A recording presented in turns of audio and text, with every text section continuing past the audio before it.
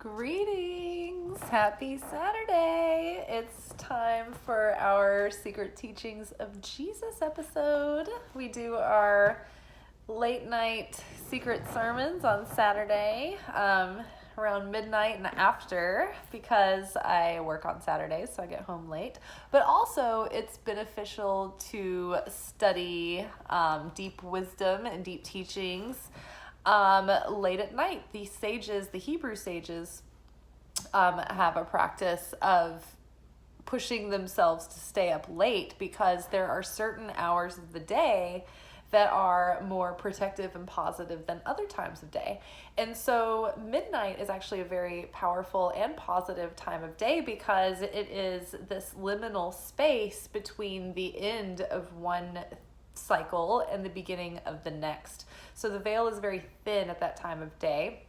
And we are sort of protected in what is known as surrounding light, which means that we can expose ourselves to the light, like of the Creator, of wisdom, of insight, without having to go through as much of a painful process to embody the wisdom, or maybe not painful, but it's like whenever you start studying something, especially if you buy a spiritual book or something like that, or a self-help book, and if you notice the moment that you pick it up and you just browse through the table of contents, it's like immediately life presents you a challenge. Like you could be browsing this book at the bookstore and really into it, you're like, I think I'm gonna buy this, and then someone comes around the corner and does something that triggers you at exactly it's like Judgment Detox, and it's like, oh, here comes someone who I'm really tempted to judge right now.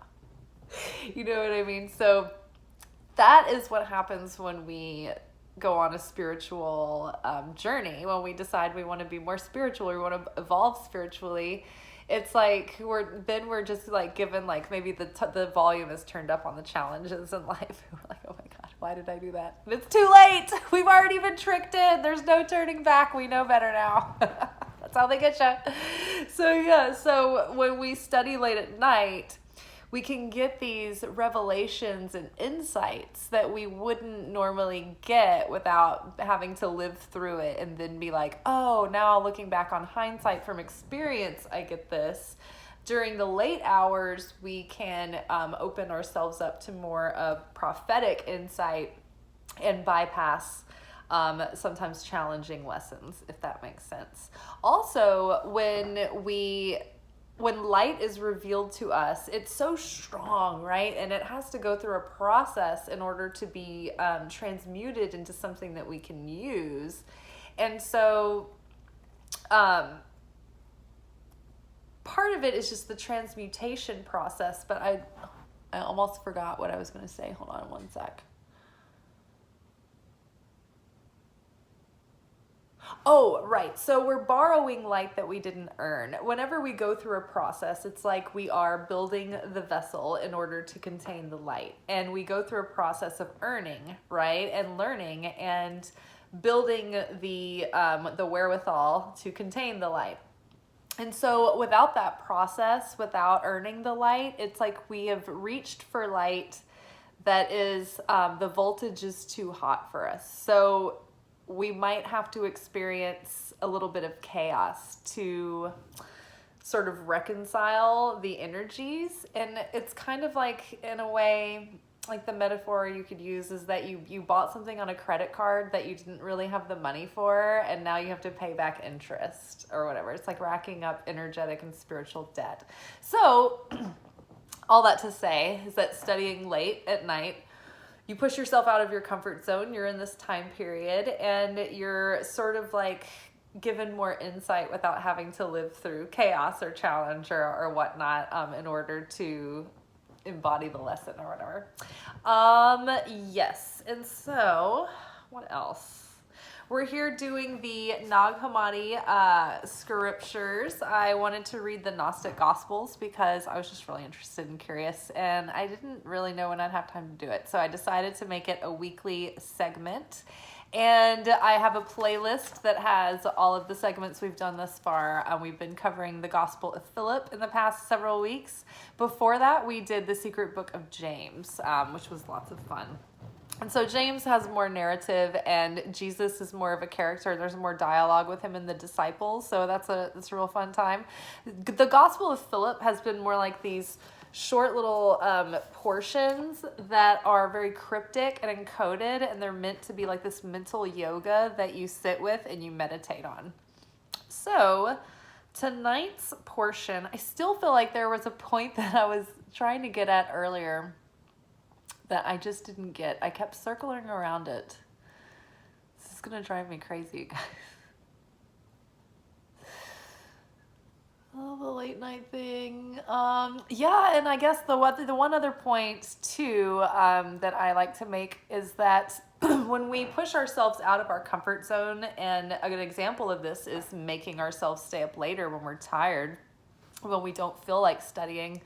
When we sacrifice ourselves like that, it's in the spirit of Eucharist. And so it's releasing this energy that has been transmuted, right? We are elevating and revealing even more light and even more energy because we're making a sacrifice to break open that energy to be put forth to use elsewhere. So we are sacrificing the flesh in the spirit of Eucharist, in the spirit of sharing, in the spirit of not receiving for the self alone, but receiving in order to benefit others as well.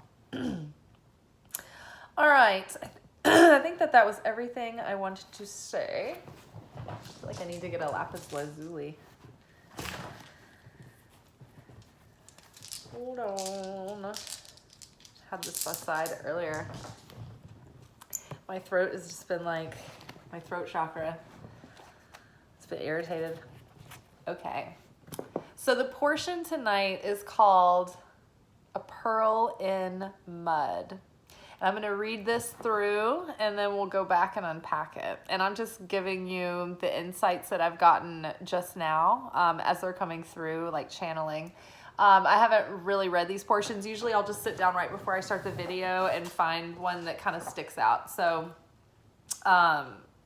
yes, this is all for entertainment, so take it as you will. A pearl in the mud. If a pearl is thrown into mud, it will not lose its value. And if it is anointed with balsam, it will not increase its value. It is always precious in its owner's eyes. Likewise, the children of God are precious in the eyes of the Father, whatever their circumstances in life. Well, that's some good news, y'all. God don't make trash. It's Dolly Parton. Okay, so I'm going to read it again. A pearl in mud. If a pearl is thrown into mud, it will not lose its value. And if it is anointed with balsam, it will not increase its value. It is always precious in its owner's eyes. Likewise, the children of God are always precious in the eyes of the Father, whatever their circumstances in life. And I liked this portion, and I thought it was very timely because we're in this, like, big new beginning, going into this huge next chapter of our lives. We've been talking about it. It's like the big next season of the show of Us, or like the sequel movie.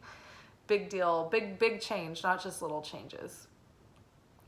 And so the beginning is sort of kicking off now, and it's so awesome because we're like being supported by like this expansive energy of Jupiter, the Sagittarius new moon of this whole month. Like, everything is really supporting this. Ooh, it's raining, and I've got my blanket. I'm so cozy right now. It's like started to pick up the rain outside. Yeah, so everything is really supporting us in setting out with our best foot forward, having the best chances of making the most of it, and really starting to live in the experience of what it would be like to be that potential version of ourselves, right? The one that's so full of potential and so winning, and they wear life like a loose garment. That version of ourselves, what does that version of you look like? The one that like can show up and just pull it all off and feel good and be optimistic, and even in the face of like the scaries, like that version of you is always like, I don't care, the creator will provide for me no matter what, or the creator will like open the door or protect me from the wrong thing. Like that kind of level of certainty, that level of inner peace. Like, can you imagine the ease and the flow that you would be experiencing in that state?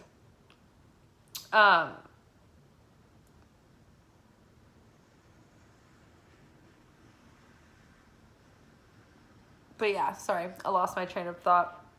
Oh yeah, so Jupiter is supporting this new start. And so everything as far as like our abundance and our enthusiasm and like our philosophy and what we desire in life and what we think is possible for ourselves and our growth and our goals, it's like they're all expanding. And so we have a chance to really take our time and be really deliberate and intentional and create from a state of free will that life that we dream within, our heart, that deep desire we have for our life, that sense of purpose that we want to live with, that goal or whatever that is there.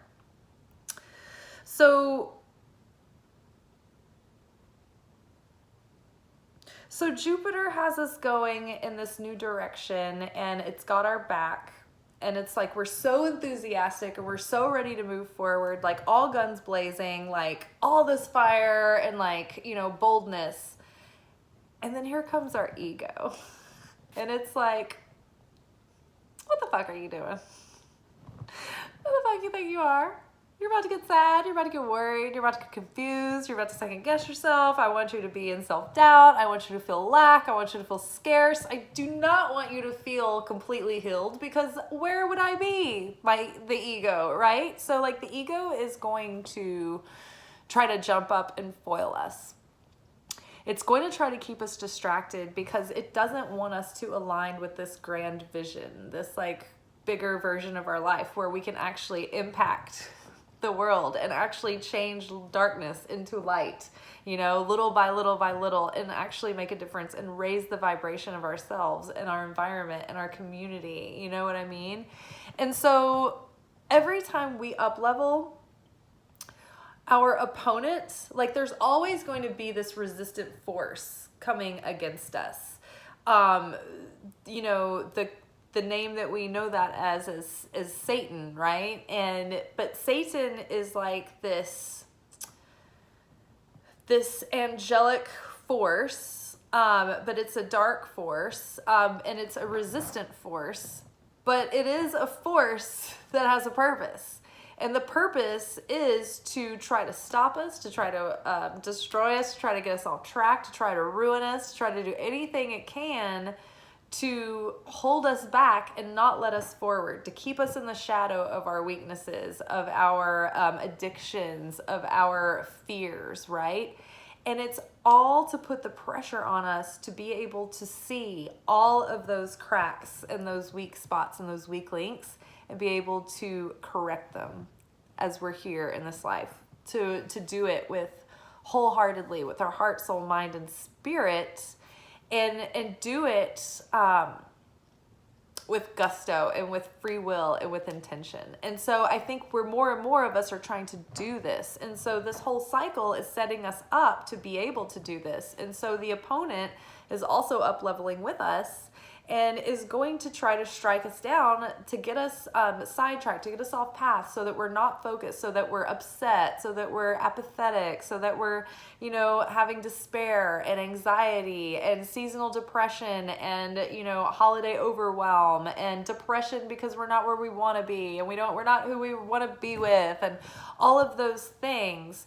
It's all just a trick to get us down in a quagmire, to spiral us down so that we're powerless and we're weak and we can't manifest and we can't step up into our co-creator shoes and we can't live as fully realized human beings who accept our weaknesses and flaws, and also without thinking that there's anything wrong with us, still expand and grow and face challenge and do the hard thing that doesn't give you the instant gratification just for the freaking love of it, just because it's better that way, just because it's more satisfying, right?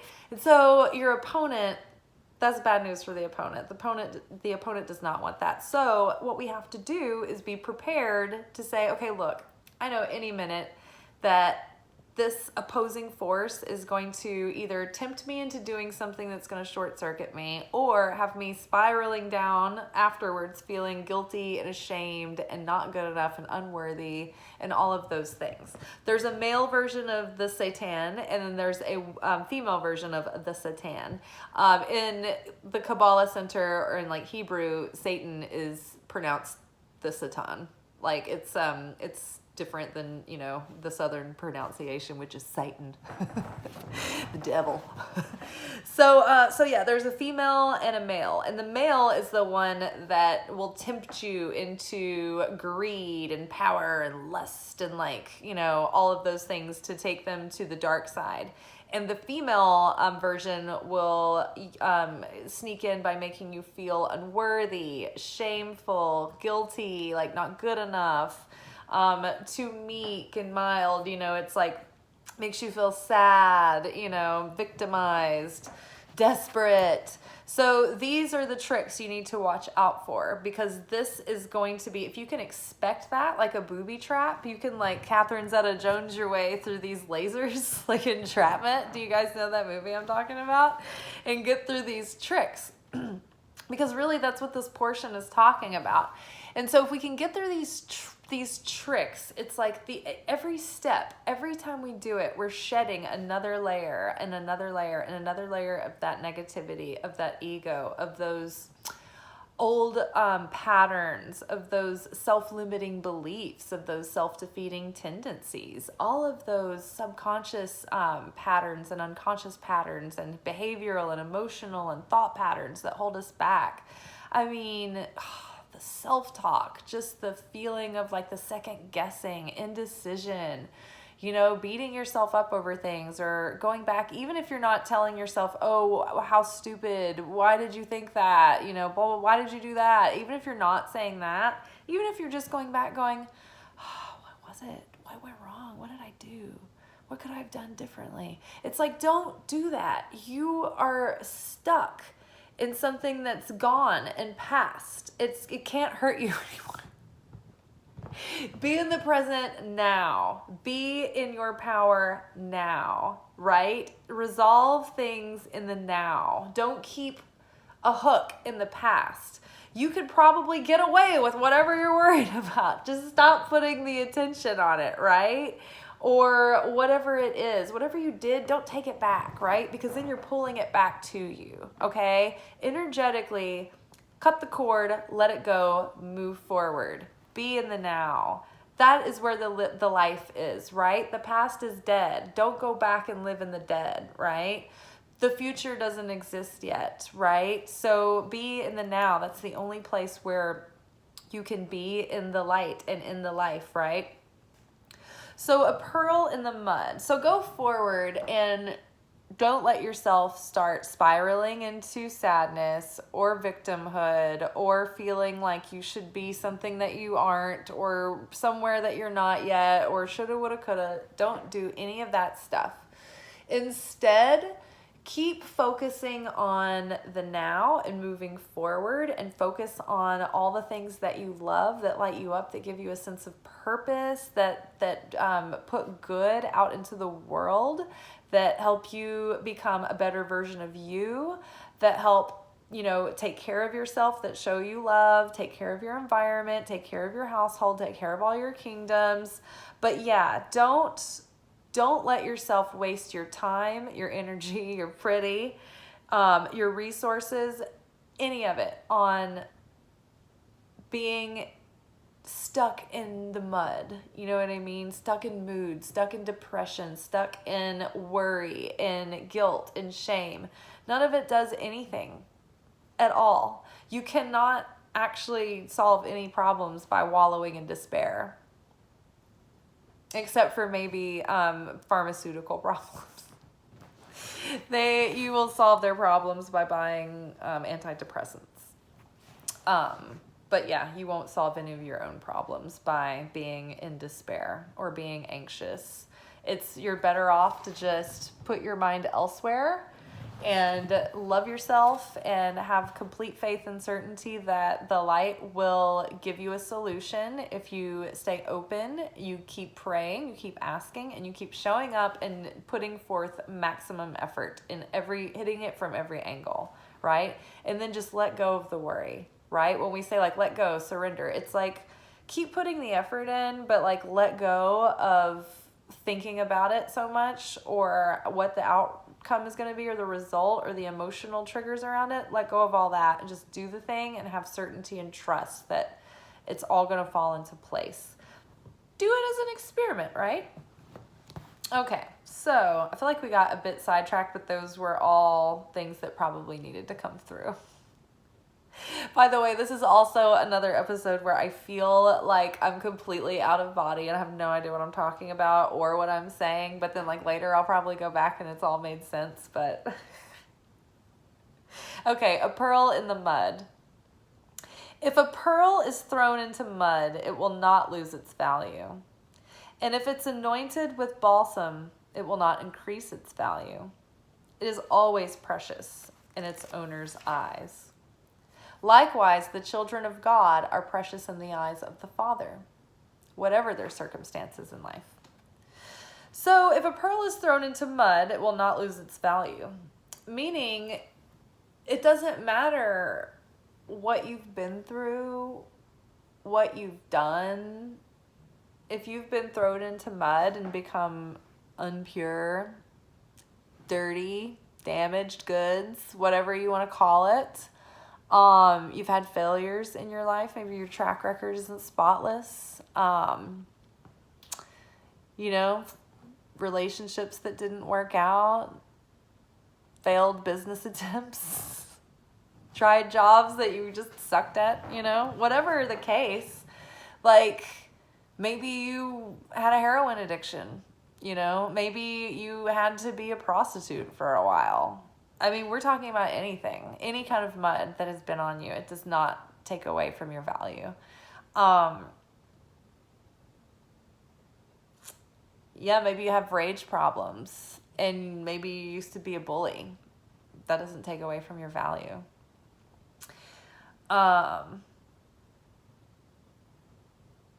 Maybe you're really shrill and stern and nobody can relax around you and you can't stop yourself from nitpicking and trying to control everything because you feel out of control. And that's okay too. That mud does not take away from your value.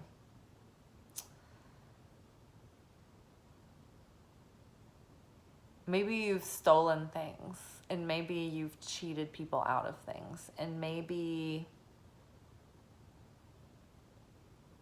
you've been dishonest and a liar. It doesn't take away from your value.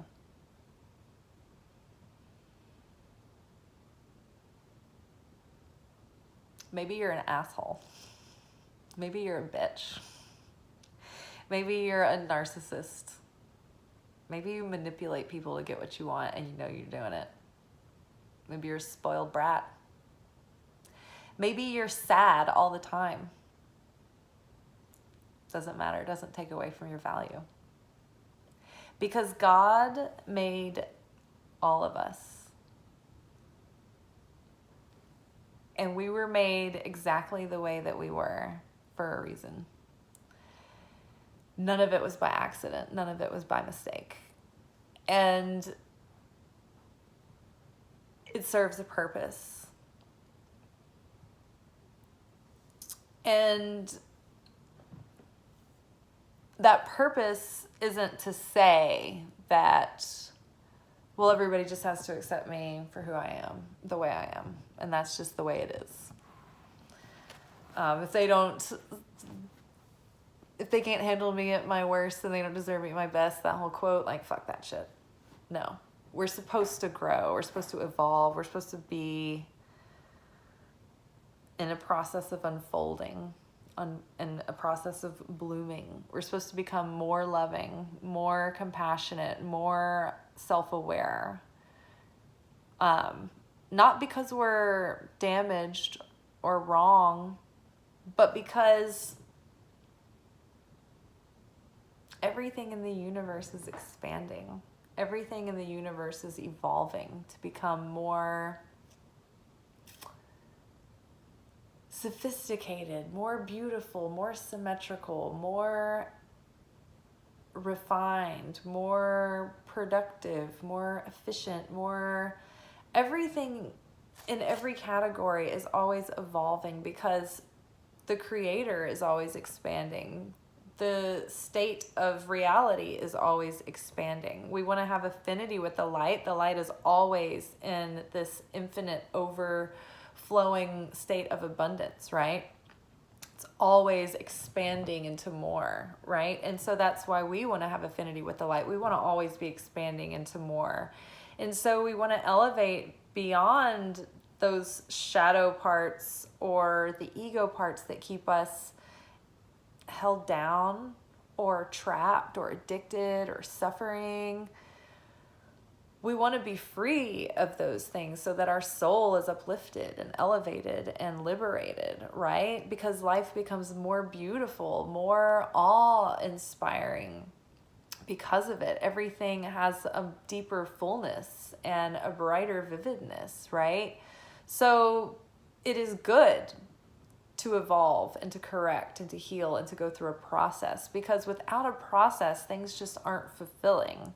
It's just, you just keep being given to and things just keep happening and you're just like, okay, whatever, I feel blasé. Great. It's called passive desire. It's part of the phases of creation. I'll try to do some videos about that eventually. So yeah, we go through a process of healing, of evolving, of correcting our shortcomings and self-limitations and self-defeatism, because it's good. It's good to do it, and it's satisfying, and it's fulfilling, and it brings out a deeper and more whole experience of life. But if we do it, it's like we've got to do it because it was our choice, by our own free will. But either way, we don't lose our value, because inside of this like flesh suit is our soul, and inside of and we carry that with us forever. And inside of that soul is a spark of light, of the divine, of the all that is.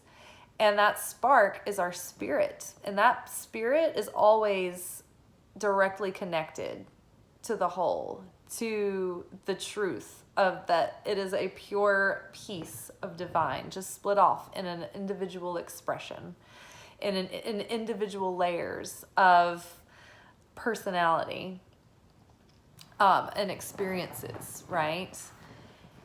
And so that never loses its value. It's the most precious. The outer layers come and go. It's like costumes that we wear for Halloween every year in each lifetime.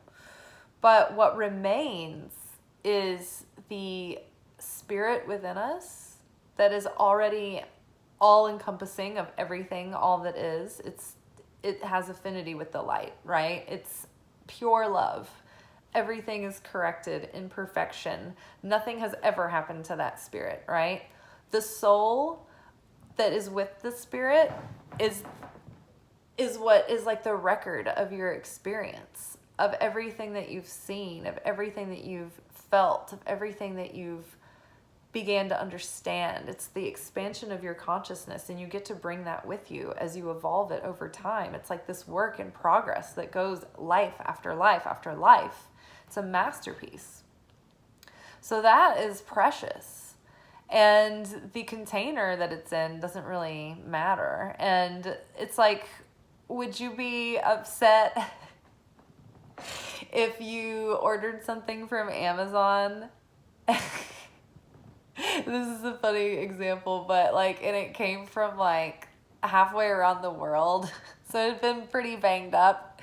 And it was like all like mushed and like kind of a wet box, and like there was like a million stamps on it and things from different countries because it had been through so many like customs, and it had been broken and faded. And but when you get the box finally and you open it, like what's inside was still like perfect, like it hadn't been damaged at all. And that's really what you want. You don't care about the box or what it went through to get there. I mean, yeah, you've been tracking it because you're like, well, I mean, really, I just want my thing to get here. But yeah, you don't care about the journey, you know? You're like, oh, it's in Albuquerque, you know, whatever. So same. It's like this life that we've been through, in the grand scheme of it all, it does matter, but it doesn't change your value. It matters a lot. It matters the most. It's the purpose of life. It's the most precious gift we are given, to be able to come and incarnate in the 3D, in the physical, in the material. Everything else that's going on behind the scenes, all of the angelic forces and spirits that have passed on, and saints and prophets, like, and you know, the spirit guides and the masters, they're all going like, we wish we were there in the physical. We're all just like, this is so inconvenient. They're like, you don't know what you've got. We can't even eat pizza.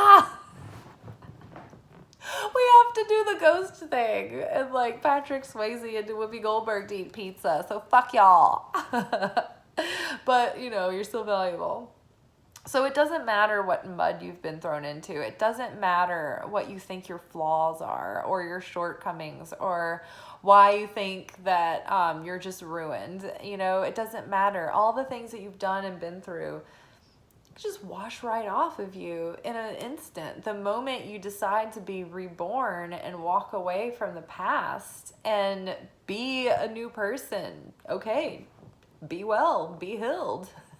Be blessed. Like, you know, blessed is the one who knows their whole, right? And that's what this is. It's like, it doesn't matter if you've been thrown into the mud, you will not lose your value.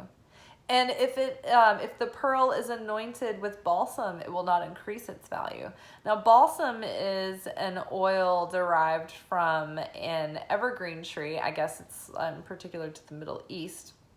But balsam is like this general term used for, okay, so it's like an oil perfume, and it's like aromatic, and it's like herbaceous, and it was used medicinally for like healing. So when the Bible or the reference is made to balsam, it means like a healing ointment or perfume or potion. So it's so to be thrown into mud will not lose your value, but also to be anointed with a precious healing ointment will not increase your value either. Like, the process elevates your consciousness, but it doesn't make you any more valuable or any less valuable. That, like, you weren't any less valuable before, and you're not any more valuable now. You're still equally precious, because everything in you is whole. You are part of the Creator, and I am my beloved's, and he is mine. His banner over me is love. I don't even know if those two verses are together, but I always say them together because to me that means God is the universe, and so I live inside of God, but God is also in every cell that makes up my body. So like, God lives inside of me, and I am inside of God. Like, I am my beloved's, and he is mine. And then his banner over me is love. It's like the whole universe, like just beingness itself. Creation is pure essence is love, right? And so I live in love. I am love. Love dwells within me and radiates from me. And this, everything that we are in and all this existence, is the light of God, which is mostly the pure love, right? Even more. There's more things within it, but that all encompassing of the light is love. So yeah, even with this like precious healing, ointment, it doesn't increase your value. So even, after you think, oh, well, I've corrected myself, now I'm even more worthy. It's like, nope, still got it wrong, because you are already worthy. It doesn't matter.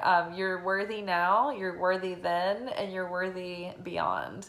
And if you give up and quit, and you're still worthy. Like, you're worthy no matter what. So it's like not letting yourself be validated based on your good acts or not. But the thing is, like, we still need to go through the process, because it's like, when they say, like, don't cheat, you're only cheating yourself. That's what it is. The process is only there for our deepest fulfillment. So we want to do it. But it's not because if we don't do it, we're not worthy. Because we are. Because we're still valuable. Because we're still precious. It is always precious in its owner's eyes. Likewise, the children of God are precious in the eyes of the Father, whatever their circumstances in life. Yeah, so it doesn't matter what your circumstances are, because in the eyes of our Creator, we are precious no matter what. Doesn't matter what's happened to you, doesn't matter what you've done. You can make amends, you can ask forgiveness, you can change your ways, you can realign with the path, you can do teshuvah and get back to the path and start over. Every second is a chance to start over. Every passing second, every breath. The power is in the now, right? The past is gone. It is dead. It is no more. It's not even dust. It doesn't even exist. The future doesn't exist yet. The future is only going to be determined by what you're doing in the now. There may be things fated on the path that you get to, but you are creating your future with every decision and every action you're taking in the present moment.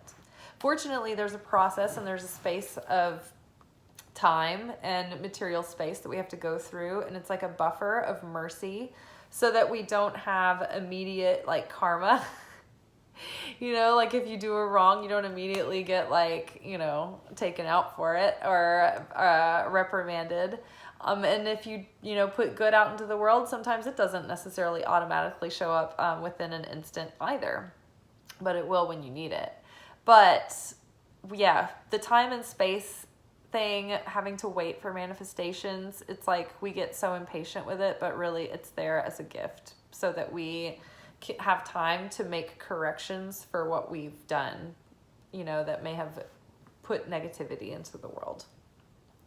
We can correct for those things. We can atone for them, not only just by asking for forgiveness and letting it go and forgiving ourselves, but also you can proactively take on that spiritual path where you're trying to evolve, you're trying to grow, proactively, trying to change the tendencies in you that are hurtful towards others or that, are totally self-serving, or put negativity out into the world, You can actively change those things. And then another thing that you can do to correct negativity is give to charity.